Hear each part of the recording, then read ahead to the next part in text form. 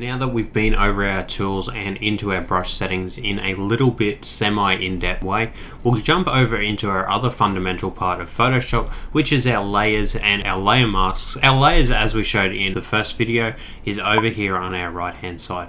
Alright, now at the moment we've got our background, but if we want to create a couple extra layers, we can come down into here and we've got this new layer here and our folders. We're going to jump into these other few symbols in a little bit, but let's just create a couple extra layers.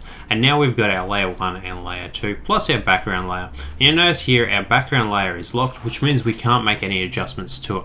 Our locks are up in here where we can adjust or lock different things. Most of the time I'll just lock all, but you can lock different things like transparent pixels, painted pixels, and your movement tools or whatever else. If you don't know what a pixel is, it's just those little squares in here. If we zoom in, you'll see these little squares of pixels. It's basically a little combination of your RGB or your colors to make up your image. So all your pixels jammed together make up your whole image. You can lock your transparent pixels or your paint pixels or the movement, or you can lock all there, guys, as well. Over in here as well, you've got your little eye. That will turn off your transparency, which will kind of show you in more depth once we've actually got something on that. And this here will give you a little bit of a preview of what is on that particular layer. Obviously you've got your opacity, so you can kind of make it more transparent if you need to, and you've got a few other options up in here. I don't play with these too much, and then you've got all these here. Again, I don't play with these again too much. This here, blending options, will go into more depth, but basically your multiply here and your overlay are the two probably most that you'll be using when you first get started. However, you can also play with all of these and see what they do in more depth. This is something we'll probably touch on more in a later tutorial when we actually do a proper architectural visualization or a quick architectural visualization type video, and you guys can see how we use these in more depth then. Alright, so let's jump into our layers and let's just create a couple extra things. Now I'm going to create some shapes, which is actually going to replace these layers with shape layers, but that's completely fine. I don't mind that. For some reason, shapes just end up on their own layers when we do it. So let's create a red rectangle there. Let's grab a polygon and let's make it 8-sided. And let's create our polygon. Let's change the color though to make things a little bit easier. Let's go this kind of peachy color. And then finally let's go a circle or ellipse, and again holding down, okay, so let's change that back to our peachy color, and let's go our ellipse, and again holding down shift will actually lock it to make a perfect circle, and again changing the color of that, and let's go a purple. Alright, so we've got 3 different colors here, and I'm going to grab my move tool and just separate these out. Okay, so we've got 3 different layers or shapes here, and we're going to actually select all of these by hitting Control or Command and select all of these and then select a folder. And you'll notice that these here have just jumped up into that folder or that group, and we can rename these as shapes. Alright, again we can turn off all the visibility of all those, of the particular shapes or the whole group. So we can turn them off one at a time or the whole group if we so choose. Alright, now in order to illustrate how your layers work, it is essentially like a stack of transparent paper. Obviously whatever's on the bottom of the stack isn't going to be as seen as the things that are on the top, and the things that are on the top have the potential of hiding things that are below it. So if we have our ellipse here, now I'm going to grab my move tool, I'm going to have auto select layer here, so as I auto select each of these, it'll select the appropriate layer over on the right hand side. Alright, if this was selected to group, it'd select the entire group and move the entire group as one whole, which obviously we don't want, so we're going to go with a layer. Now I'm going to kind of stack these on top of each other, and you can already see here that obviously the circle here is in our foreground, the polygon is in our midground, and this rectangle here is in our background. If we want to change these around, we can obviously click and drag these up, and you'll notice this blue line, and we can kind of manipulate the kind of stack order as to how we want it. So now we've got our polygon in the foreground, our rectangle still in the background, and our circle there in the midground. Alright, so you got background, midground, and foreground.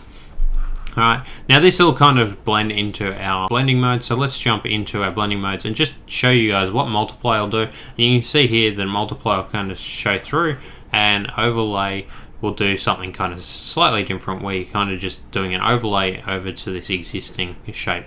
I'm sure that it's probably coming up on this rectangle if we change this shape of it, or the color of it rather, and let's go into a blue. You can still see the overlay of it, but because they're very similar colors, you can't really kind of see it. No, that's why you couldn't see it before with the red. Let's put our blending mode of our polygon back to a normal, but that kind of gives you an idea of how the blending modes can work. They'll manipulate the different layers to do different things.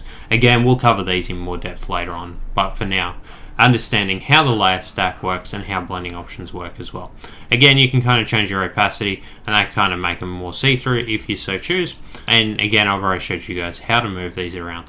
Right, our next thing that we're going to kind of show you guys is our layer masks. Okay, so layer mask will add an additional kind of thing next to it, and you'll notice here that we've now got this layer mask on our ellipse one, and you see here these bounding boxes. So obviously our ellipse layer mask is selected, not our actual ellipse.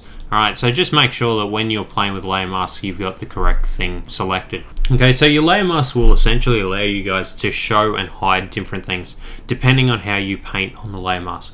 Black will hide and white will show. Alright, so if I actually start, I'm just going to select with my marquee tool. What are we on? We're on our ellipse, so I'm just going to grab this here, and we've got our marquee tool here, and I'm just going to grab our paint bucket, and I'm going to grab our black. So I'm going to hit X to switch these two colors because black is going to hide, and I'm going to select inside that. And you can see here there that it is completely hidden, all of that inside of the ellipse there. If we actually shift click on our layer mask, it'll actually show or hide all of that, or turn it on or off. And if we hold down Alt, it'll actually show us where we've kind of selected there. Again, let's jump back into our actual kind of mask here, or our actual layer, and you can kind of see what it does. Now, if I wanted to show that again, what we'd have to do is grab our white color, alright, and we're going to hit G and just click in it again, and we're going to show that. Alright, so this is a fantastic way of hiding backgrounds and whatever else. And if we jump up into this architecture bench up here, you can see here I've already started to mask things out with our pen tool. Like I said, it's really good for selected shapes. So this was pretty difficult with a rectangular marquee tool because obviously this bench isn't flat. So using our pen tool to make a more superior kind of selection is a little bit better. So I can kind of come in here and select all of this along here. And then what I'm going to do is just zoom out, go straight up. I'm just holding shift to make sure they're nice and straight, but at the end of the day, it doesn't really matter. And then come back in here. And now we've got a pen selection. So I can right click and make a selection from that. And I don't mind it feathering the pixels. So there we have it. And we've got all of our background kinds selected. And now we can kind of click this layer mask.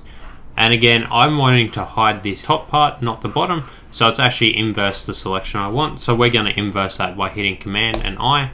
And there we have it. It's all selected. Now, if I hit the backslash key just above your enter, it'll actually show me in a bit of a peach color as to what is masked out. And again, I can hold down Alt and I can select that, and it's going to show me black and white. Again, white kind of shows and black hides, and that's why we're hiding the top part of the image. Alright, so layer masks are extremely powerful for kind of masking things out or hiding things. Right, and it is a non-destructive kind of method which will allow me to kind of come back in here and adjust. And if I grab my paintbrush, I can come back in here with a white and kind of start to show certain things. You notice here that it's not kind of showing quite as clearly because our flow is at 100 but our opacity is at 50. If we turn our opacity up to 100 and we start doing that again, it'll actually start to show our whole image there, or whatever we kind of paint over. So it's a very, very powerful tool. Jumping into our adjustments, so we might actually play with adjustments on this image here, right? There's a couple ways of doing adjustments, right? Our first is a destructive method, which means we're not going to be able to adjust it at a later time if we so choose. So if your professors or clients or whoever or you want to adjust it at a later time, because this is a destructive method, you won't be able to do it. So once you've done it, it's kind of set in stone, if you will. So you can kind of come in here and you can adjust different things. So I'm actually going to select my actual layer, not my layer mask, so that all of these adjustments are kind of up. And I'm going to just go into the most basic one, which is a hue and saturation.